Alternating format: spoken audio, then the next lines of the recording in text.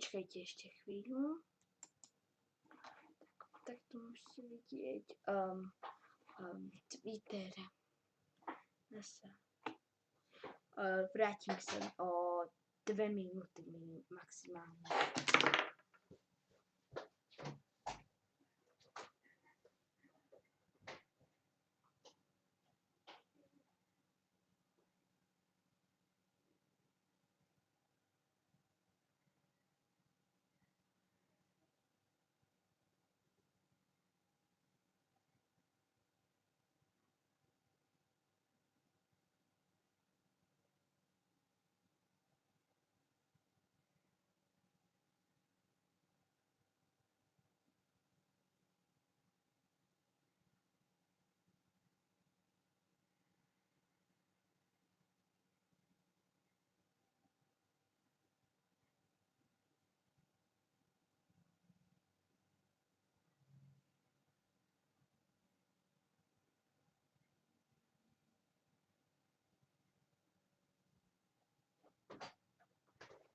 Tak, už som späť a tak to vyzerá na Twitteri a budem na Twitter.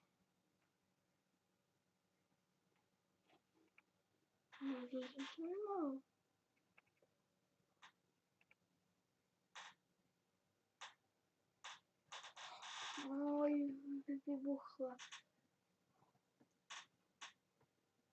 Right? Yes, I believe it. Oh. Rest in peace, SM. Whoa. I don't want that to be. Whoa. Začne filmu. Rest in peace, SN4. That was not nominal. Of flight. Hej.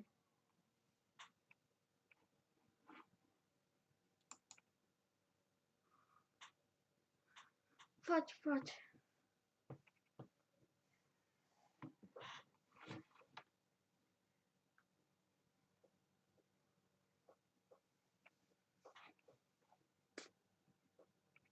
Taký nový.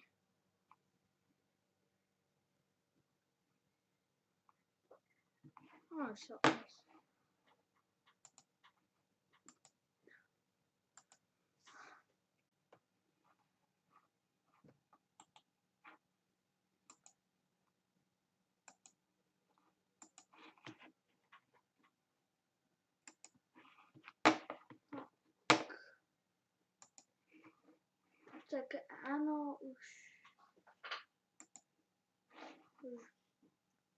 musím prestaviť FPS-ka. Takže musím ukončiť na chvíľku stream. Ok. Už som späť. Tak poďme spraviť analytiku.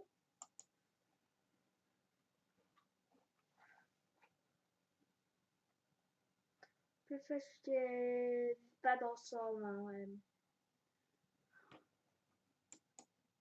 ale už som späť. Pred minútou.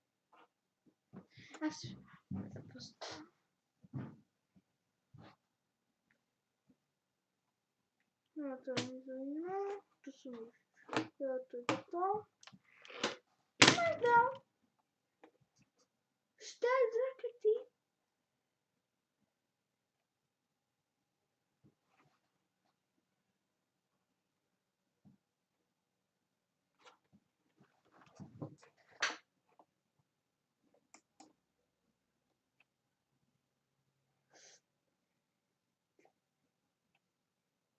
Co je to?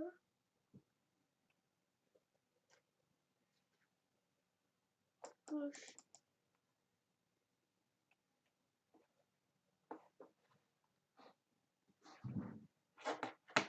No. Poďme k to.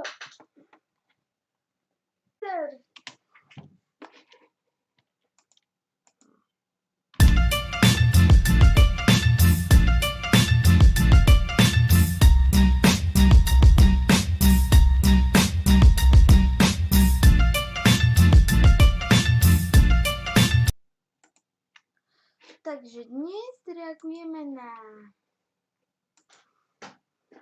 No, čo?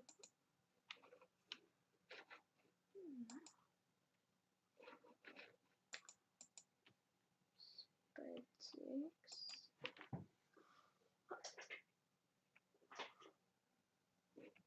No, wiem. No co?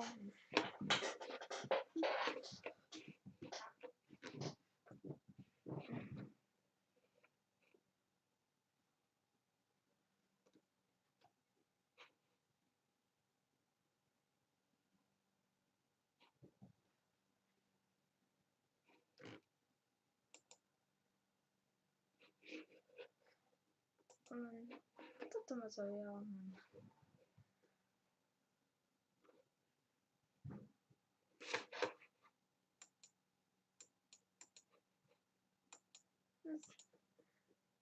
What? Naozaj to sú ľudia. Zastní ľudia. A pekná Európa.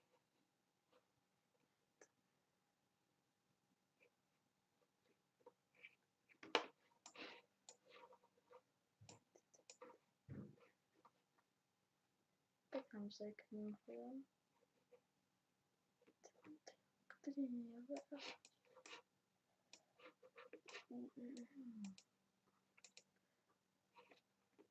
Kako. Neviem prečo, ale...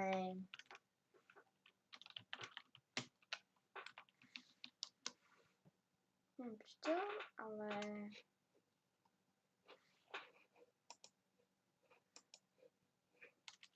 Spomínal som to.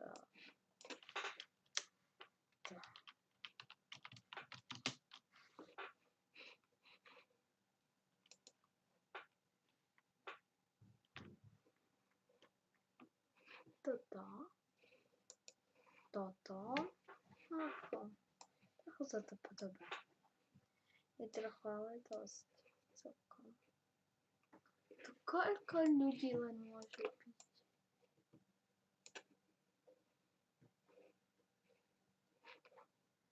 Ako... Asi im nevadí, že som rak. Aj v podstate, hej.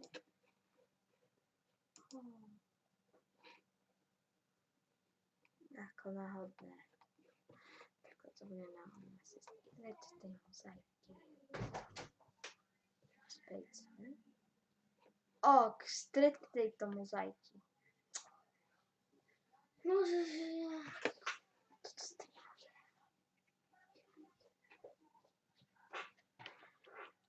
Takže stred mozaiky.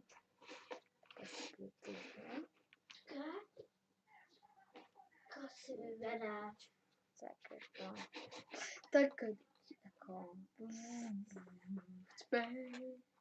Toto by bolo dobré. Pozrieme si všetkých. Nie. Všetké planety. Space. Tak, raz, dva. Space.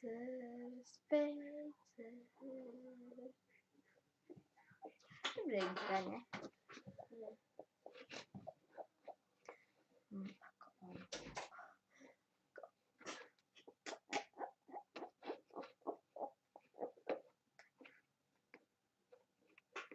Ak ti to nevadí, si vo vesmíre. A ako ten vesmír je zelený, ne? Kúpim Mars.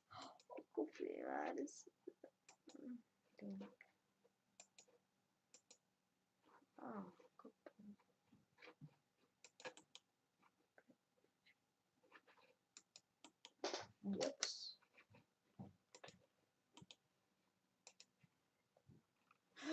Ako... Áno, takže...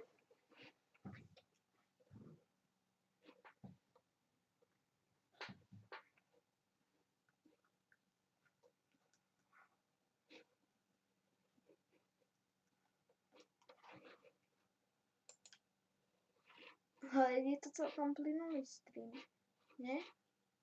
A to je iba 20 fps. ukončiť. Asi si vravíte, aký je rozdiel medzi 10 a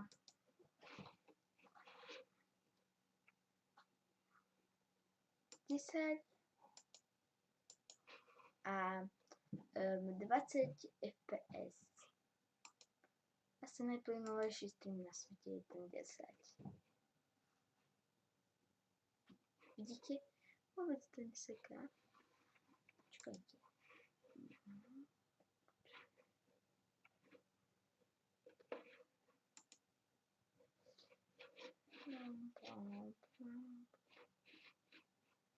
Poďme YouTube.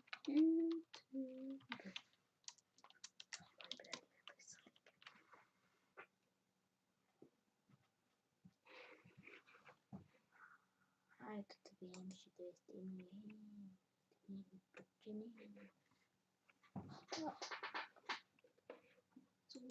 No. Prosím vás, napíšte niečo do chatu. A prosím, odober.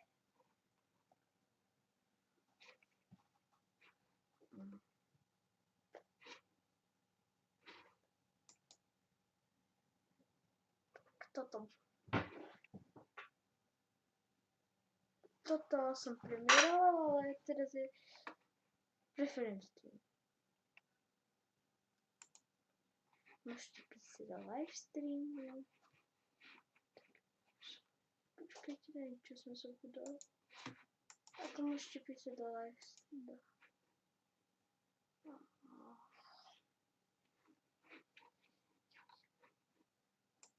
By som to kreditoval. 5 FPS, ako vážne.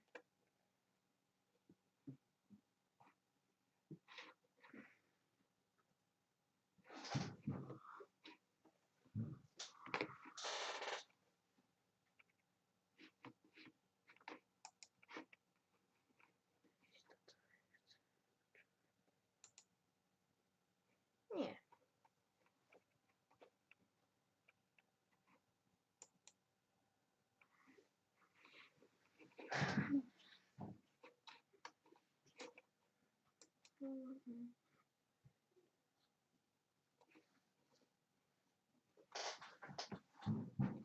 Čina? Počkajte, čina?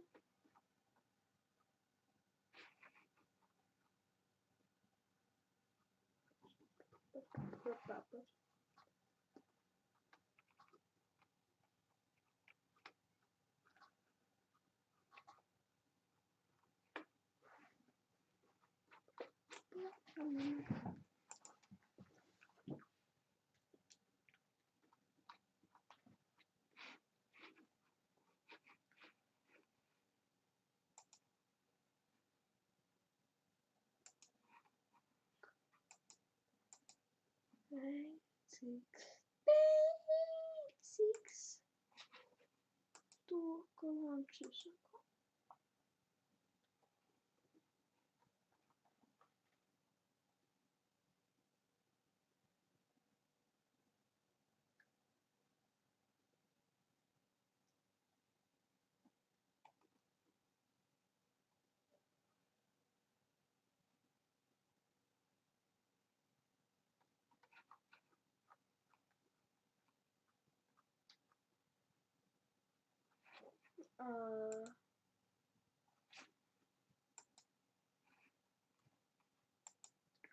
Watch.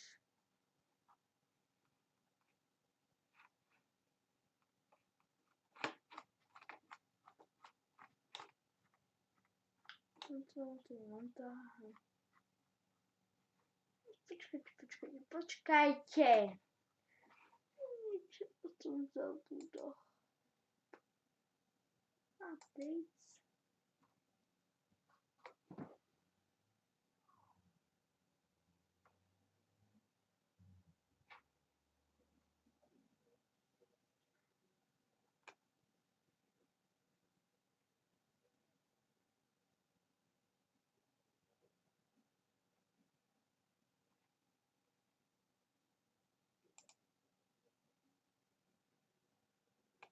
Obszczy dostarczyłem.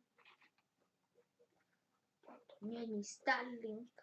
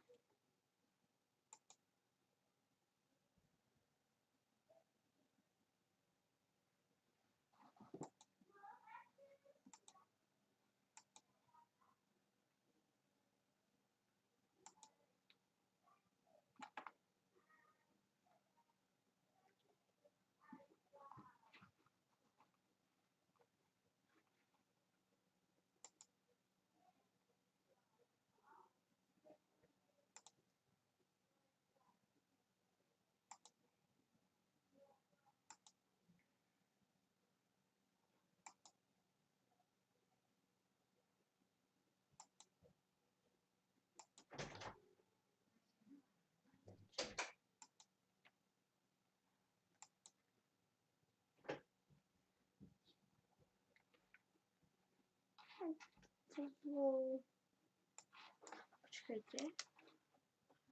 No.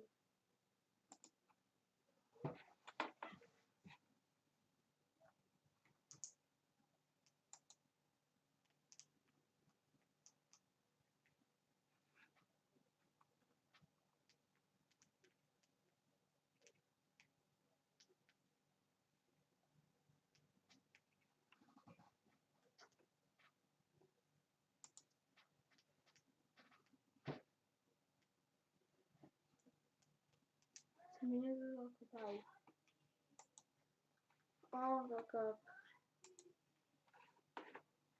Tak. Okay.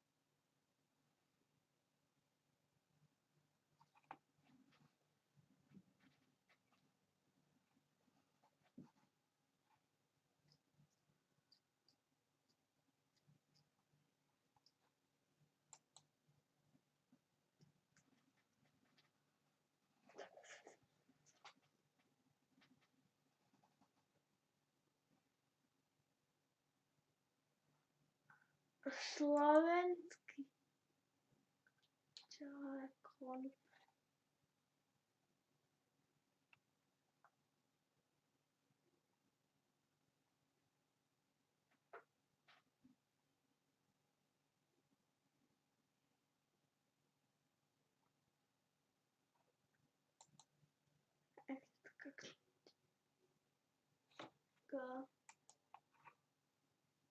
Czy nie?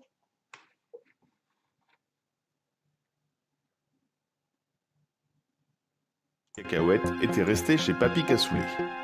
Alors que tout se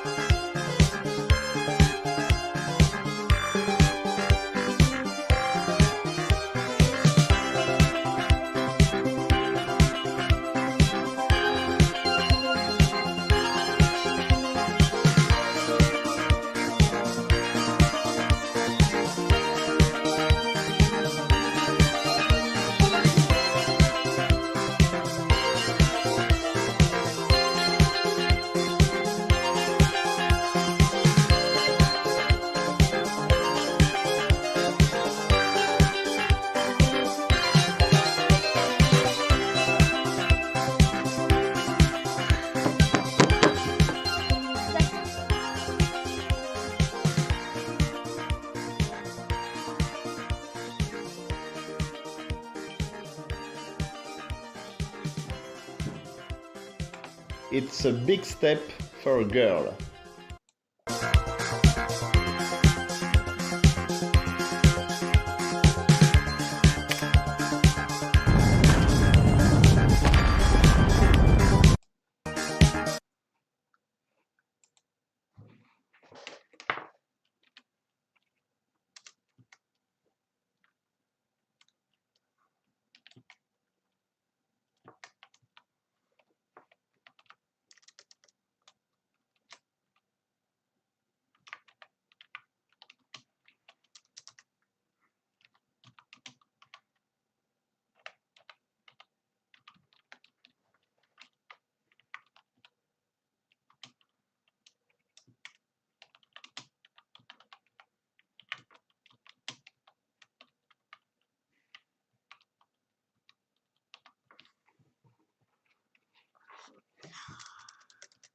Well,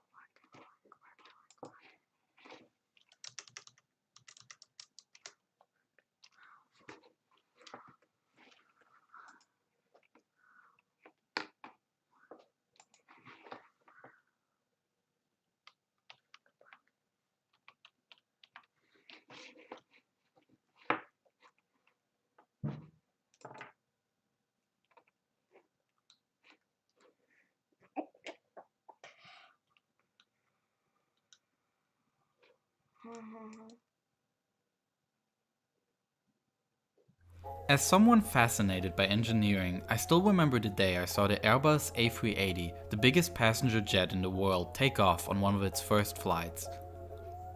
Seeing the giant double-deck, 4-engine jet airliner fly close by was one of those cool moments where a technology surpassed all of my expectations of what's possible. And Virgin Atlantic, American Airlines and Delta flights on this route.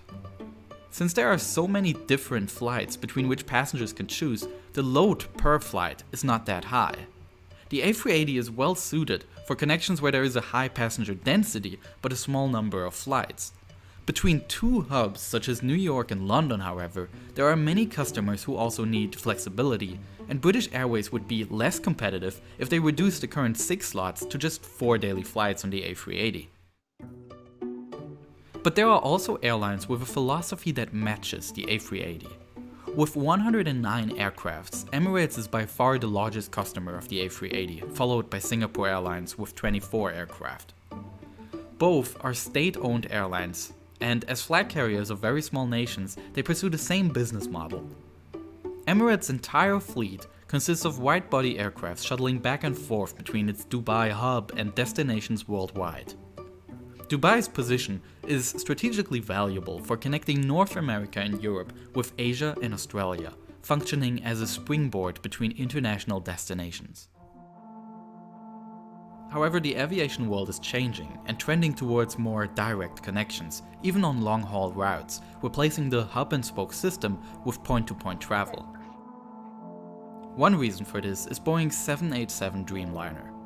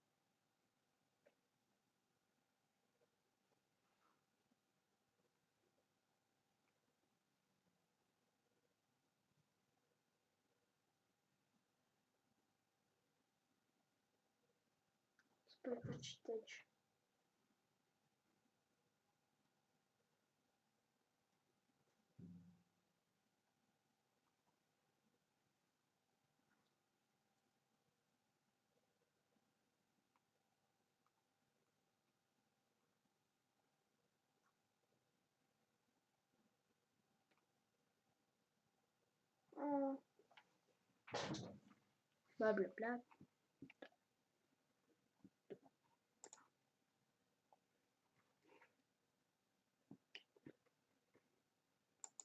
Tak. Opening.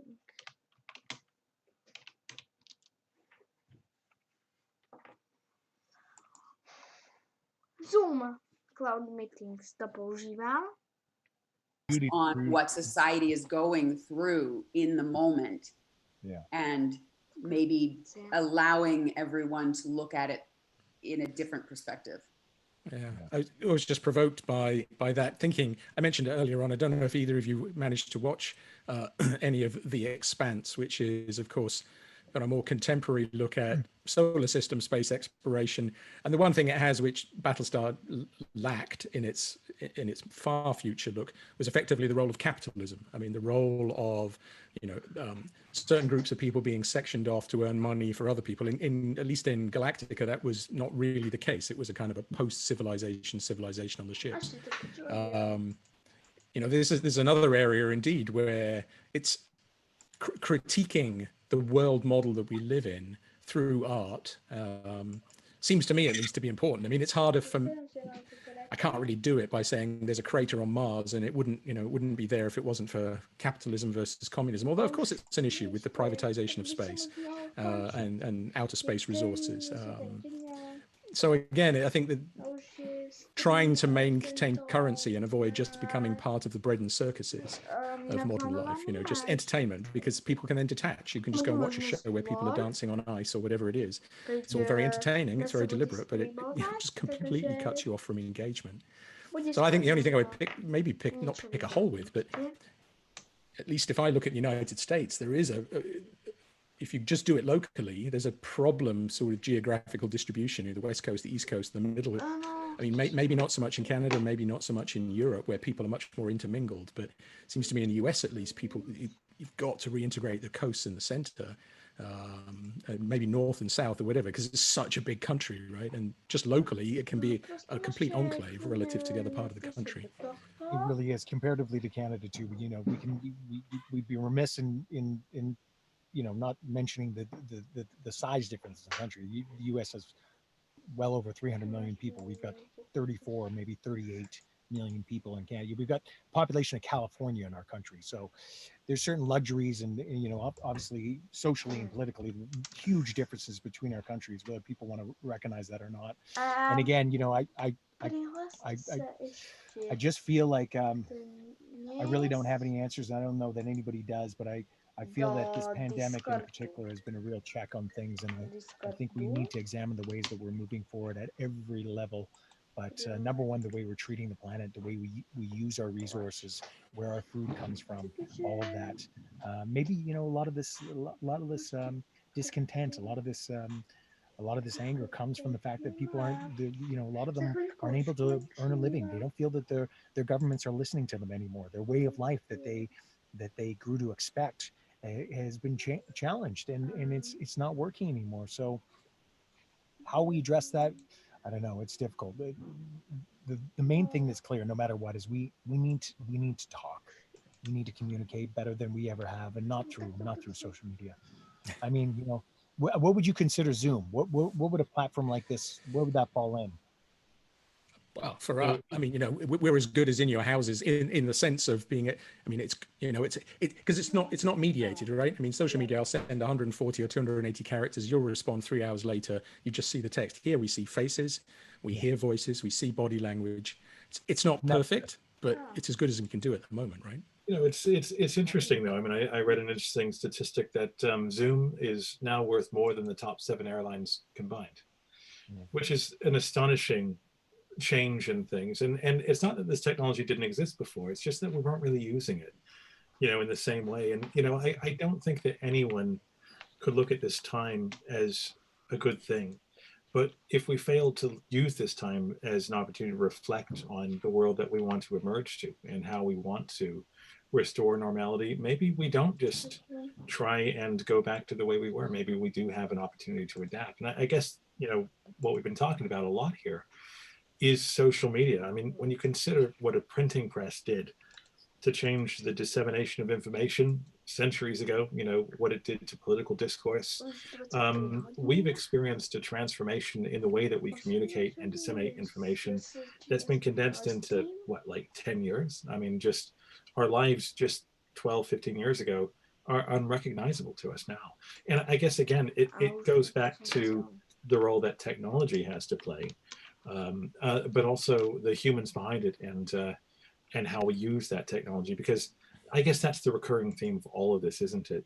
It isn't the technology itself. It's how we choose to use it, how we use it to exploit others as a species, how we use it to connect others as well. I mean, I'd say that, what we're talking about here is a very recurring theme, and it certainly is echoed in the world of Battlestar Galactica as well. So we actually have a few questions coming from the audience, some really, really thought-provoking ones, and I just love where all this is going. And a name that I believe we might recognize, Chris Lee, has a question for the group. Do you worry that science in science fiction TV might be too superficial, and so it distorts the reality of the possible, and so it raises unrealistic expectations about what's possible? That's a big one. That's a doozy. Nice one, Chris. I will preface it by saying that Chris Lee is the just retired chief science